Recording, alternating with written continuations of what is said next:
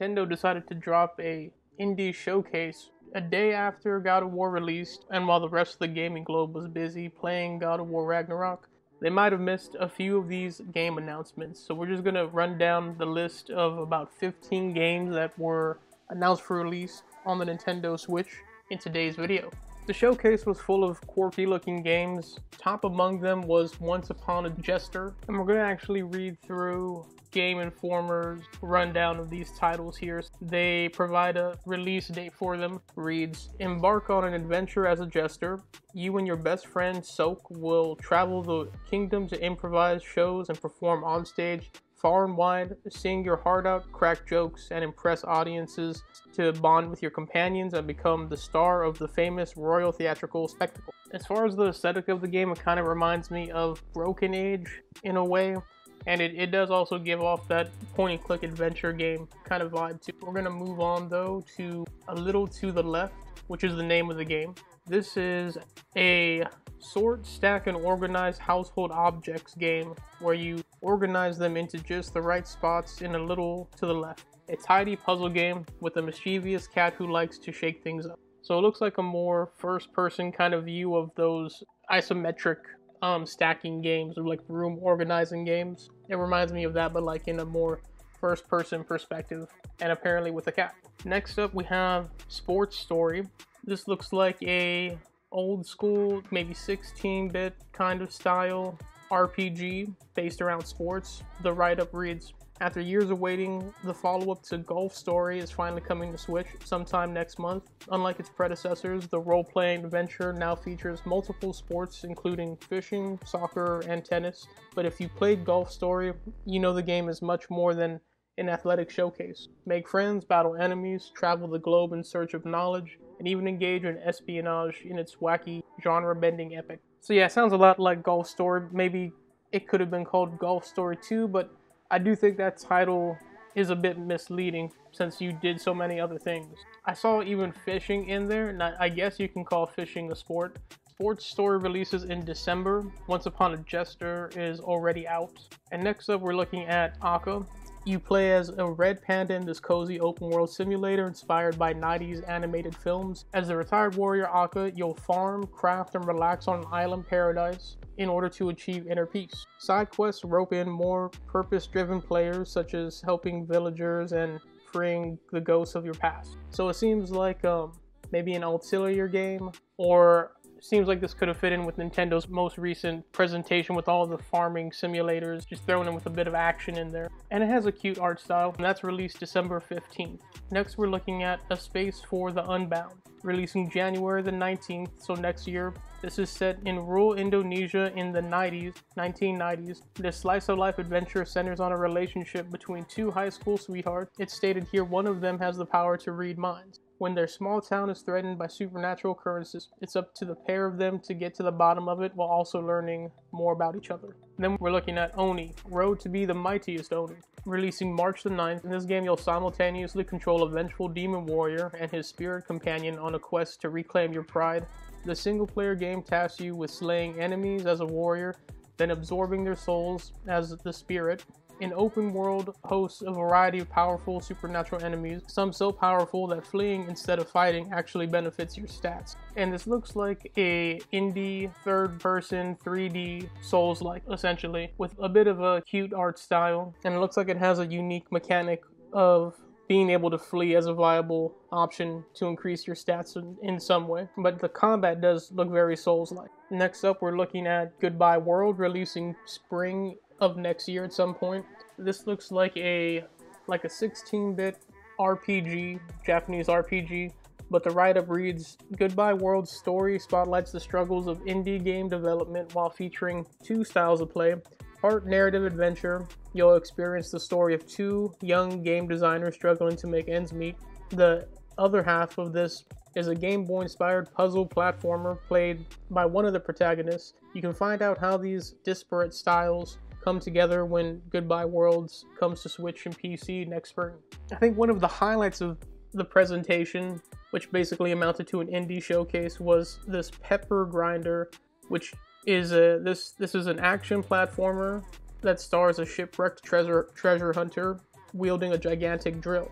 You drill through walls and the earth itself to recover lost treasure. You can upgrade the drill with new abilities used to access more areas, and grinding through levels and enemies looks like a blast. So it looks like there's a bit of a Metroidvania aspect to this, and it looks in the trailer very fluid to control, and the art style looks nice. It kind of reminds me of the protagonist from Gurren Lagann if he got his own like 2D side-scrolling Metroidvania. We're gonna move on to the next game.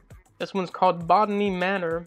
This one looked very straightforward. In this first-person game, you'll play a retired 19th century botanist solving plant puzzles in and around a grand mansion.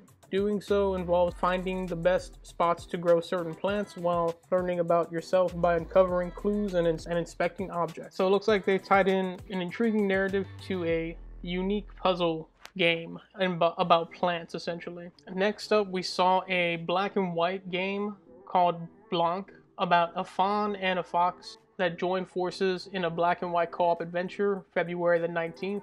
This looked both cute and a little bit like the game Don't Starve, so I wouldn't be surprised if they throw a curveball at you somewhere along the way. But in the initial trailer, it looked very cute and kind of like Two Brothers, maybe, where you had two separate characters to control to navigate through environmental puzzles and such. Moving down the list, we have Coffee Talk Episode 2, Hibiscus and Butterfly. This is a visual novel sequel that's due out next spring, where you're brewing coffee. You're a barista. I never played the first one, so I don't have much to add to that. So we're going to move along to Curse of the Sea Rat. It's a hand-drawn action Ratoivania which plunders onto Switch in early 2023. And the art for this really looks good, and the controls look really smooth. There's a lot of these kind of games coming out, but this one looked like a standout as far as its aesthetics and how smooth the gameplay and how visually appealing it looked. And next we're looking at Desta, The Memories Between. This emotionally charged turn-based dodgeball adventure by the makers of Monument Valley heads to Switch early next year after releasing for mobile devices via Netflix earlier this year. That certainly sounds like an interesting blend of genres, but we're going to move on to Dorogane. It says this French watercolor painted time-traveling journey of grief and reflection lands next spring. Then there was Have a Nice Death, which was another like 2D action roguelike. This inspired by the Grim Reaper, currently playable in Steam Early Access, but is going to come to the Switch on March 22nd of next year. Then we have some other bigger, already known titles, like Inscription, one of 2021's most acclaimed and mysterious titles, finally deals a new hand on Switch on December 1st. And I think the main highlight of this showcase was Rogue Legacy 2. This is the roguelike sequel to one of the best OG roguelike games that kind of popularized the genre with its smooth gameplay and cute aesthetics. This is going to come to Switch later today, so by the time you're reading this or listening to this, it's already out. And it also includes the Fabled Heroes update. We're going to look at Storyteller Next real quick. It's a mix and match of characters and props to build your own fairy tales in this unique puzzle game on March 23rd. And this kind of reminded me of, what was it, Scribblenauts, where you had like select words to choose from to solve puzzles and such. Looked like you were choosing scenes and characters to kind of build a scenario to get out of situations or something like that.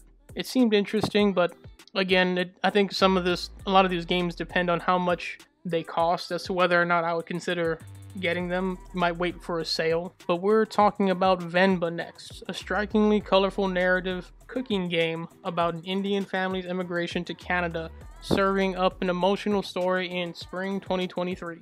And similar to the packing game, the organizing game, this is similar to other cooking games, but done like in a first-person perspective with stylized art. Then we're looking at Wobble Dogs Console Edition. This is a bizarre 3D pet simulator that will arrive in March and will bring its physics-based sandbox to Switch next year. And I wouldn't have guessed it was a sandbox from the trailer. It looks like you are doing like environmental platform-based puzzles, but the art style looks really not polished enough to say cartoony, but probably the closest thing that I can relate it to. The other black and white game that was in the showcase was called World of Horror.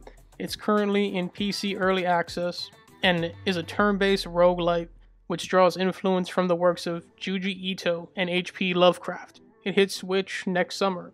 This one actually stood out because of the art to me. It looked like there were some RPG mechanics, but it's all very menu based. Maybe something like the dungeon crawlers that have you going in first person, but you get a lot of the artwork on the screen when you're playing the game. And some of it was really good, really cool looking. Can definitely get where they're pointing to the works of Junji Ito. And then for the story, I guess H.P. Lovecraft, but can't really comment on that as I haven't played the early access. The last game on the list here is Wrestle Quest, which is a pro wrestling and JRPG inspired adventure which steps into the ring sometime next May.